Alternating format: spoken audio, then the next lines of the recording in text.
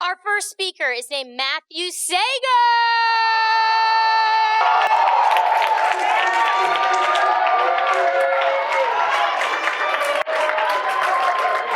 Matthew Sager is a senior, and he is majoring in international business marketing, and the title of his speech is Similar Differences. Let's give a hand!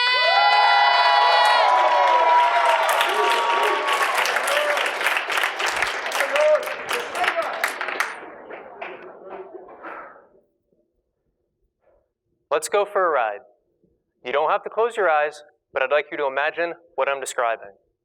It's a cool fall day in New York, and we're about to take a helicopter tour of the city. We get up in the air, and we start to see everything that makes New York City what it's known for.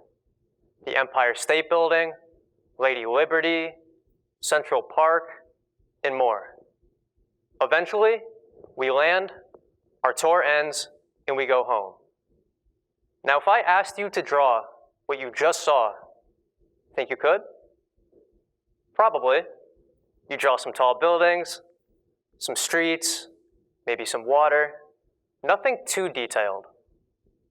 Now, what if I asked you to draw exactly what you saw? Think you could do that? Chances are, no one in this room can do that. And that's okay, because I know someone who can. I'd like to introduce you to Stephen Wiltshire. He is an artist who drew the entire New York City skyline from memory after just one 30-minute helicopter tour. And if you didn't already notice, that's not just a drawing on some printer paper. That is an 18-foot-long panoramic, detailed down to the windows on every single building. Stephen Wiltshire's talent is special. And I believe that no one in this room would think to assume, unless I told you, that Stephen Wiltshire has autism spectrum disorder, or ASD. ASD is defined as a developmental disability that can cause significant social, communication, and behavioral challenges. When people think of autism, these may be some of the words they would use to describe it. They're loud, obnoxious, disrespectful, they don't listen. When I see these words, I see misconceptions surrounding ASD. Coming from someone who's grown up with a younger brother with autism and someone who's volunteered working with kids on the spectrum, I'm here to show you that this idea of autism is all wrong. People on the spectrum aren't very different, but we have a lot to learn from them, including how to understand others, being open to differences, and learning to communicate differently. I believe most of us are comfortable observing people with autism. Most people recognize the inherent differences of people on the spectrum and are accepting of them. Would I question? Do we really try to understand them? Are we really making an effort to get to know people on the spectrum? There's an amazing show on Netflix about the life of a teenage boy on the autism spectrum called Atypical, and there was a quote that really stuck with me. Most people I meet don't even try to get me. I'd like you to think about that quote through the eyes of someone with autism. Most people I meet don't even try to get me. Everyone has a general understanding of autism and how people on the spectrum are different, but most people don't understand how the spectrum is different for just about everyone. As a society, we aren't necessarily wrong for that. Our way of life requires us to constantly be thinking about ourselves. For many of us here tonight, we have to be thinking about ourselves. Are we ready for graduation? Where are we going to live? How are we going to get a job?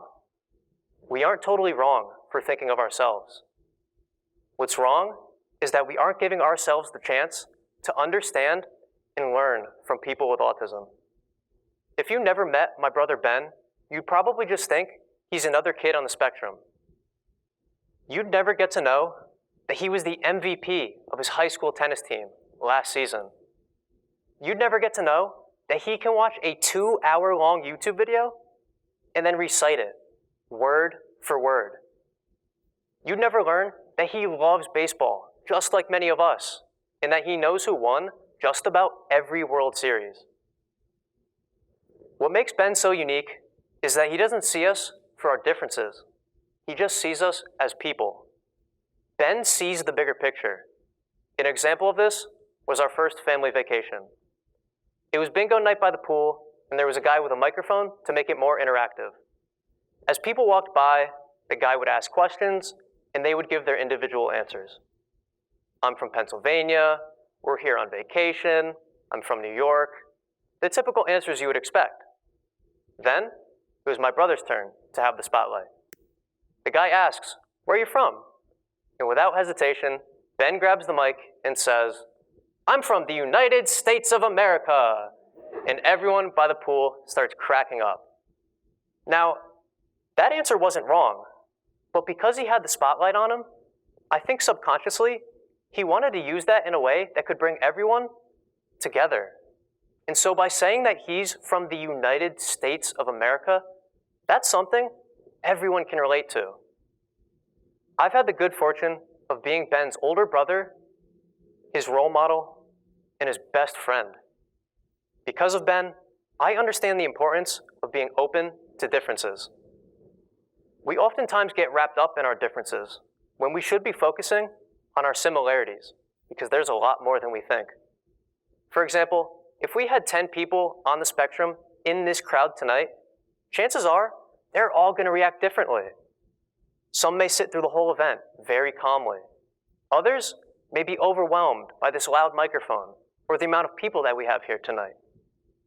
Those may seem like differences to us, but we are those people right now having the same experience. Some of you may find the chair you're sitting in uncomfortable. Some of you may be here because you're interested in what's being said. Others may be watching the clock because you're here for some extra credit. We are all reacting to our current environment differently, just like anyone with autism would be. If you have the right perspective, it's a lot easier to see the similarities. I like to think of our similarities as Xboxes and PlayStations. At the end of the day, we all do the same thing.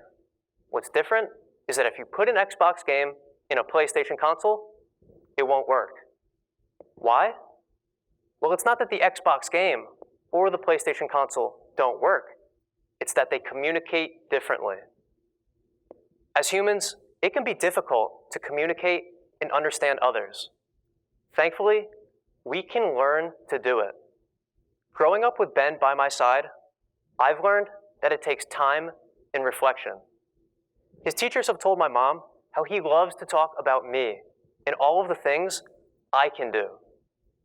It made me realize that he looks up to me for all of the things he thinks he can't do. If only he could understand how I look up to him for all of the things he can do. He's my role model for the way he sees the world and all of us in our purest form. He's my role model for the way he can stay positive no matter the situation. He's my role model for the way he can light up any room he walks into. At the end of the day, we all have things we can and can't do. For many of us, we can't draw like Stephen Wiltshire. We can't remember things like my brother does. What we can do, we can understand others. We can be open to differences. We can learn to communicate differently. For people on the spectrum, most people don't even try to get them. Why not be the one that does? Thank you, and happy birthday, Mom.